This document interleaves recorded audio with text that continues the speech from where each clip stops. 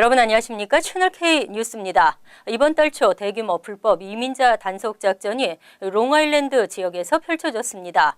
음주운전 전과자를 타깃으로 단속을 펼쳐 25명을 적발했습니다. IC는 지난 4월에서 6일 나소 카운티, 서포 카운티 전역에서 안전한 도시 작전을 펼쳐 불법 이민자 25명을 체포했습니다. 이 중 24명은 범죄 전과자였으며 나머지 1명은 단순 이민법 위반이었습니다. 24명의 범죄 전과는 음주운전과 마약 관련인 것으로 나타났습니다. 이들은 현재 이민 구치소에 감금돼 추방 재판을 기다리고 있습니다. 이번 안전한 도시 불체자 추방 작전을 펼친 토머스 데커 IC 뉴욕 필드 오피스 디렉터는 연말을 앞두고 음주운전 관련 사고가 급증하고 있는 요즘 시민들을 보호하기 위한 것이라고 밝혔습니다. 이번 작전은 음주운전 전과가 있는 불법 이민자들을 주 타깃으로 실시했고 이 중에는 아이를 차에 동승한 채 음주운전을 한 이도 있었던 것으로 알려졌습니다. 이번 단속에 적발된 이민자들의 국적은 브라질과 에콰도르, 엘살바도르, 우크라이나 등 다양했으나 한국 출신은 포함되지 않았습니다. 또한 이날 체포된 불법 이민자 중에는 MS-13 갱 멤버도 있었습니다. 한편 IC는 지난 9월에도 전국적인 대규모 이민자 불체 단속 작전을 펼쳐 500여 명을 체포했습니다. 이민자 체포가 전해보다 40% 이상 증가하고 있습니다. 콘서트장, 스포츠, 경기장, 극장, 심지어는 일반 도로에서도 연이어 테러가 발생하면서 미국이 초긴장 상태입니다. 뉴욕시경이 스포츠 스타디움에 테러 대응팀을 배치합니다.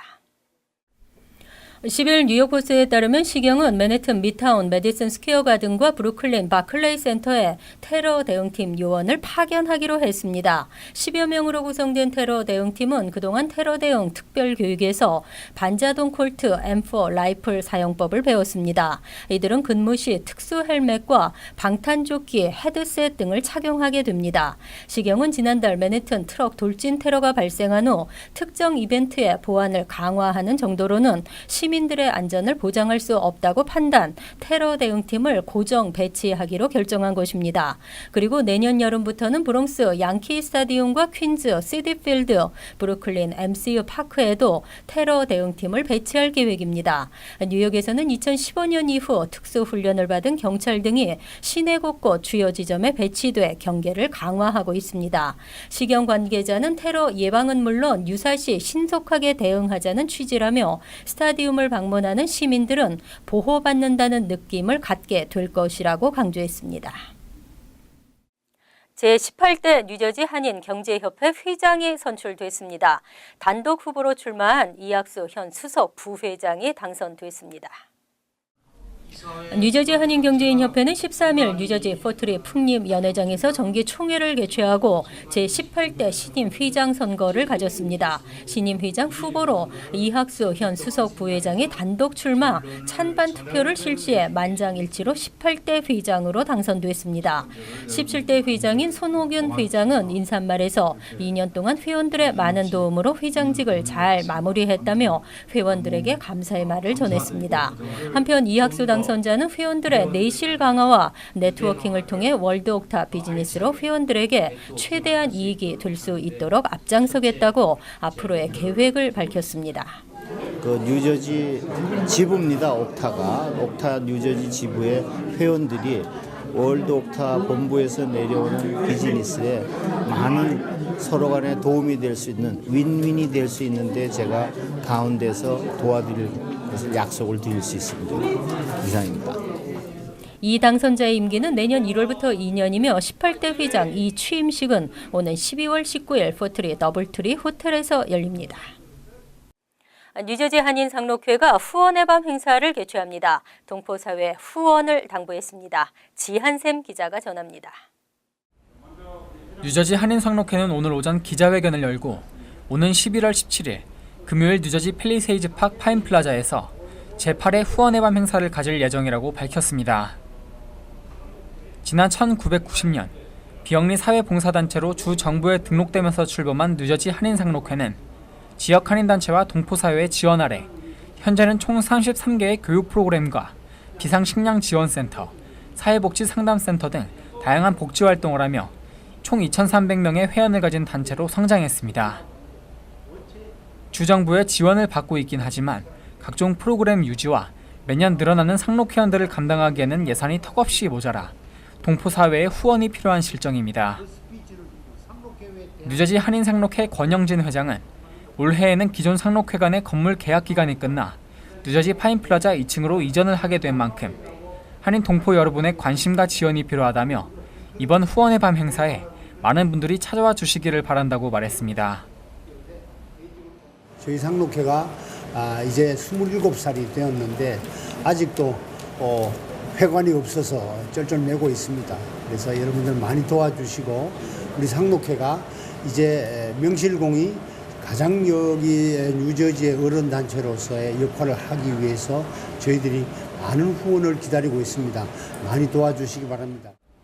뉴저지 한인상록회는 후원의 밤 행사가 끝난 다음 날인 18일부터 본격적인 회관 이전을 시작해 12월 1일로 예정되어 있는 개관식까지 단장을 마치고 뉴저지 한인을 위해 더 봉사하겠다는 계획입니다.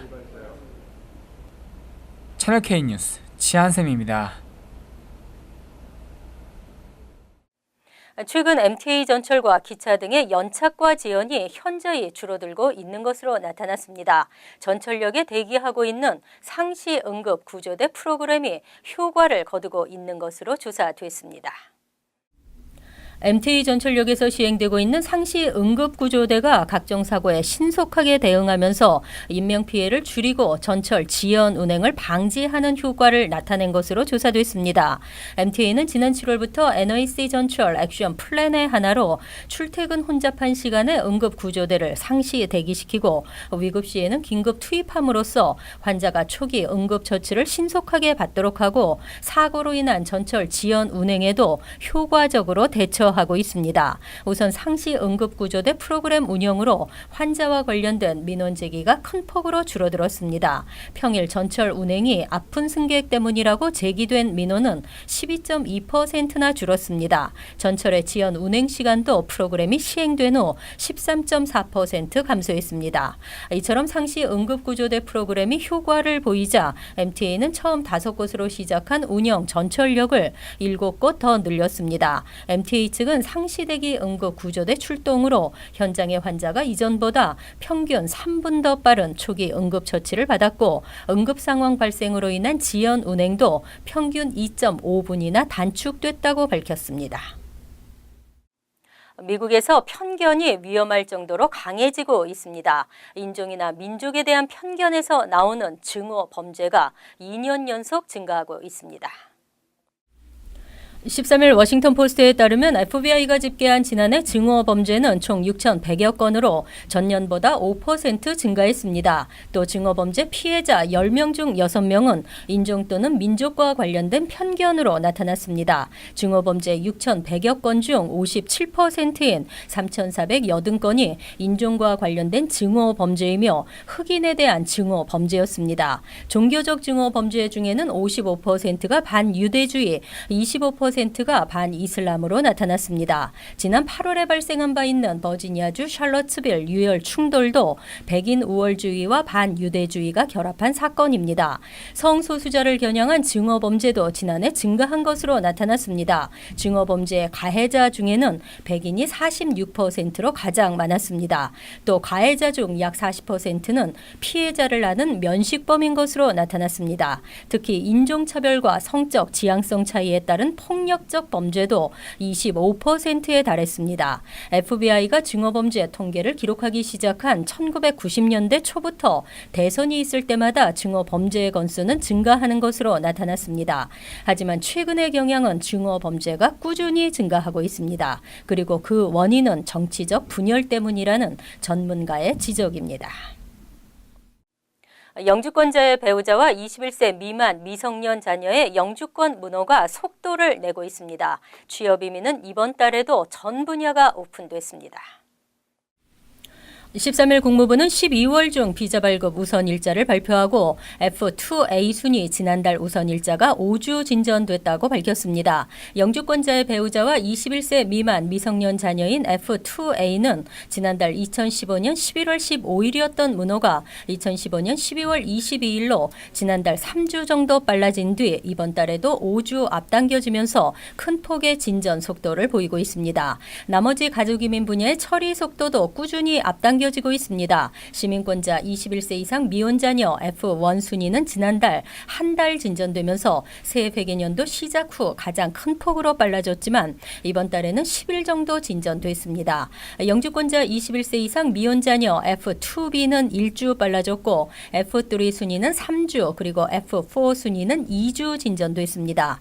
비자 신청 서류 접수 가능 우선 일자는 지난달 문호와 같으며 현재 서류 접수 가능 우선 일자는 비자 발급 우선 일자보다 전 분야에서 빠른 일정을 보이고 있습니다. F1과 F2A 순위의 접수 가능 우선 일자는 비자 발급보다 약 1년 정도 빠르고 F2B 순위는 약 10개월 정도 빠른 편입니다. F3와 F4 순위는 각각 약 3주와 5개월 정도씩 앞서 있습니다. 취업 이민은 지난달에 이어 이번 달에도 전 분야가 오픈 상태로 나타났습니다. 맨해튼에서 주차하기 어렵게 자리를 찾아 주차해도 티켓을 받는 일이 많은데요. 맨해튼에서 주차 위반으로 부과되는 과태료는 한 해 2억 달러에 달하는 것으로 나타났습니다. 자동차 파킹 앱 업체 스팟 엔젤스의 조사에 따르면 뉴욕시 5개 보로에서 2016년 한 해 동안 거둬들인 주차 위반 과태료는 모두 4억 4천만 달러였습니다. 이 중 맨해튼에서 부과된 주차 벌금이 2억 달러에 달하면서 절반 이상을 차지했습니다. 맨해튼에서는 파이낸셜 디스트릭이 도로변 주차를 포함한 공영 주차장 한 칸당 연평균 적발 횟수가 25건으로 가장 많은 것으로 나타났습니다. 그 밖에 어퍼 이스트 사이드 24건, 미타운 22건, 트로이베카 18건, 첼시 16건 등의 순이었습니다. 맨해튼에서는 주차장 한 칸당 평균 주차 위반 티켓 14장이 발급됐습니다. 그리고 주차장 한 칸당 과태료도 다른 보로보다 9달러 이상이나 높은 평균 79달러 82센트로 나타났습니다. 주차장 한 칸당 한 해 평균 1171달러가 거치는 셈입니다. 가장 많이 적발되는 주차 위반 규정은 정차 위반이었습니다. 뉴욕시경 측은 다른 보로보다 혼잡한 맨해튼에서 더 많은 주차 위반 티켓이 발부되는 것은 당연하다고 밝혔습니다. 미국으로 유학을 오는 유학생 수는 증가하고 있지만 한국 유학생 수는 감소하고 있습니다. 올해는 9년 만에 처음으로 6만 명 아래로 떨어졌습니다. 2016에서 17학년도 미국 대학과 대학원에 재학 중인 한인 유학생은 모두 58,663명으로 국제교육연구원의 연례 보고서에서 나타났습니다. 한인 유학생 수는 최근 6년 연속 감소세를 보이고 있습니다. 2010에서 11학년도 73,351명을 기록한 후 평균 3.6%의 감소율을 기록했고 특히 지난해의 경우에는 3.8%나 감소했습니다. 이처럼 한인 유학생은 감소 추세이지만 미국 내 전체 유학생 수는 전년 대비 3.4% 늘었습니다. 현재 107만 8,822명을 기록하고 있습니다. 국가별 순위에서는 중국 출신 유학생이 가장 많아 총 35만 755명으로 나타났으며 전년 대비 6.8% 증가했습니다. 다음 순위인 인도 출신은 12.3%의 높은 증가율을 보였습니다. 한국은 전년에 비해 감소하긴 했지만 전체 유학생의 5.4%를 차지했습니다. 국가별 순위는 지난해 4위에서 다시 3위로 올라섰습니다. 한편 캘리포니아주는 전국에서 유학생 수가 가장 많은 주, NYU는 가장 많은 유학생이 재학하는 학교, 유학생들이 가장 많이 전공하는 과목은 엔지니어링으로 나타났습니다. 또 한국 유학을 택하는 미국 학생들이 해마다 늘고 있는 것으로 나타났습니다. 이어서 LA 지역 한인사회 소식입니다.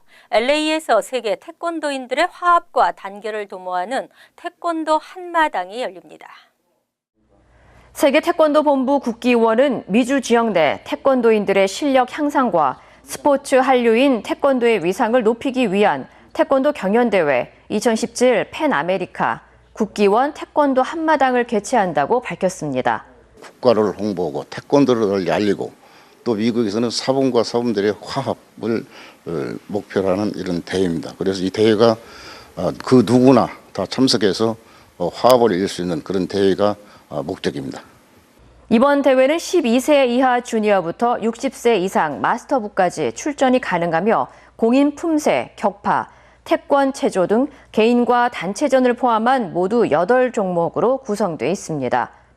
한편 2017 팬아메리카 국기원 태권도 한마당은 다음 달 16일부터 이틀 동안 LA 컨벤션 센터에서 열리며 참가 신청은 오는 19일까지 웹사이트를 통해 접수할 수 있습니다.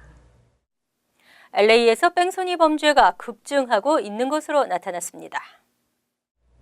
주류 언론에 따르면 지난 2년 동안 캘리포니아 고속도로 순찰 때 CHP에 보고된 뺑소니 사건 데이터를 분석한 결과 뺑소니 사고가 LA에서 평균 18분에 한 번꼴로 발생하는 것으로 조사됐습니다. 특히 전문가들은 지난 2015년 한 해 동안 LA 카운티에서 약 2만 8천 건에 달하는 뺑소니 사고가 발생했다며 LA 카운티에서 평균 일어나는 모든 사건 사고의 절반이 뺑소니 사고에 속한다고 설명했습니다. 한편 LA시 의회는 지난 2015년 뺑소니 사고 범죄자들을 신속히 추적하기 위한 노력의 일환으로 뺑소니 사고와 관련된 용의자 체포에 결정적 단서를 제공하는 제보자에게 $5만 보상금을 지급하는 리워드 프로그램을 마련하고 있습니다. 간추린 소식입니다. 북한에 들어갈 목적으로 한국에 입국해 허가 없이 민간인 출입 통제의 선을 넘은 58세 루이지애나주 출신 미국인이 13일 경찰에 붙잡혔습니다. 민통선 마을 주민은 이 미국인을 발견해 군에 신고했으며 A씨는 정치적 목적으로 북한에 가기 위해 민통선을 넘은 것으로 전해졌습니다. 경찰과 군, 국정원 등 관계기관은 합동으로 A씨의 입국 경위 등을 조사 중입니다. 13일 조지아주 애틀랜타 도심에서 열린 한 랩 콘서트에서 괴한이 총격을 가해 2명이 숨지고 2명이 다쳤다고 현지 방송이 전했습니다. 사건은 12일 애틀랜타 도심에 있는 클럽 머스커레이드 언더그라운드 애틀랜타에서 열린 래퍼 커즌 스티즈의 콘서트에서 일어났습니다. 공연이 진행되려던 순간 관객 2명이 무대 위로 올라가자 청중 속에 있던 괴한이 무대 위 관객을 향해 총을 쏜 것으로 알려졌습니다. 아벨라 의원과 지역 주민 20여 명은 최근 기자회견을 열고 퀸즈 172가와 67 애비뉴에 세워지는 데이케어 센터의 건설을 중단할 것을 강력 요구했습니다. 아벨라 의원은 데이케어 센터를 건설할 때 가장 중요한 것은 주민들의 안전과 의견인데 모두 부정적으로 나타나고 있다며 이유를 밝혔습니다. 지역 주민들도 한 블락 인근에 초등학교가 있는데 데이케어 센터가 또다시 건설되는 것은 문제가 있다고 주장하고 있습니다. 새벽 기도를 가던 80대 한인 할머니를 교회 주차장에서 성폭행한 23세 마가리토 에르만데즈 벨라 다레스가 체포됐습니다. 약 4개월 만입니다. 경찰은 교회에 설치된 감시 카메라에 담긴 범행 장면을 확보하고 용의자 검거에 주력했으나 3개월 넘도록 용의자의 신원을 확보하지 못하면서 수사에 어려움을 겪었습니다. 하지만 지난 9일 경찰은 벨라 다레스를 체포하고 기소했습니다. 환율과 증권 소식입니다.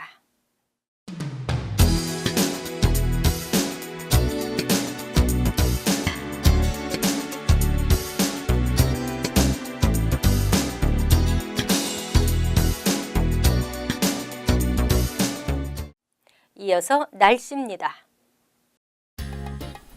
수요일은 간간히 구름이 끼는 대체로 맑은 날씨를 보이겠습니다. 낮 최고 기온은 49도, 섭씨 9도, 밤 최저 기온은 42도, 섭씨 7도로 예상됩니다. 목요일은 포근하겠고 흐린 가운데 오전 중 소나기가 한 차례 지나간 뒤에 차차 맑아지겠습니다. 금요일은 아주 맑고 화창하겠습니다. 이상으로 채널K 뉴스를 마칩니다. 채널K와 함께 편안한 하루 되시기 바랍니다.